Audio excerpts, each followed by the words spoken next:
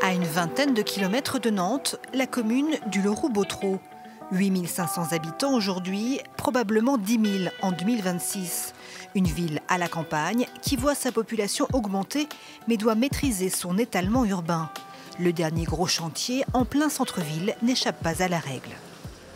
Il y a des zones qui vont être désartificialisées en enlevant des bâtiments qui n'ont pas de sens. Et de l'autre côté, on va construire des bâtiments sur des anciennes friches que l'on va pouvoir transformer en habitat, puisqu'avant c'était un hôpital. Et puis de l'autre côté, on va pouvoir, plutôt que de construire par exemple une salle culturelle, on va conserver la chapelle que l'on va transformer en lieu culturel. La commune est désormais soumise à l'objectif de zéro artificialisation nette à l'horizon 2050, imposé par la loi Climat et Résilience de 2021 pour lutter contre le réchauffement climatique et préserver la biodiversité. D'ici là, les communes doivent réduire de 50% leur consommation foncière. On va travailler en effet avec les promoteurs en leur disant le bâtiment, on ne veut pas qu'il fasse plus de telle hauteur, on veut des grandes terrasses, on veut de la végétalisation.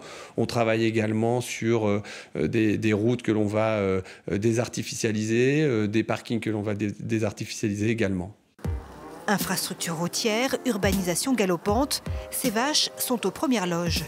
La ferme des 9 journaux est installée depuis une quinzaine d'années en zone périurbaine près de Nantes. Le matin, quand on fait traverser la route aux vaches, il y a une centaine de voitures d'arrêter. On est obligé de prendre les gilets jaunes, les gyrophares. Il y a quand même des contraintes particulières. Et aussi le fait qu'il y ait peu d'agriculteurs, j'ai peu de voisins.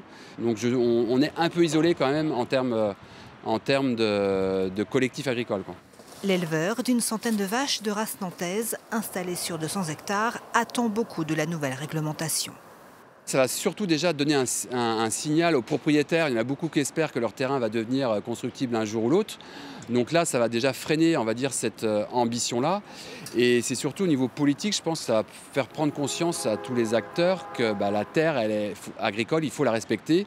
Que demain, s'il y a des projets d'urbanisation, on regardera aussi la qualité de la terre et on préservera, on va dire, les bonnes terres et les terres agricoles pour des projets agricoles et des projets d'installation de nouveaux paysans demain. Ouais. Encore aujourd'hui, la France perd 20 à 30 000 hectares d'espaces naturels, agricoles et forestiers chaque année.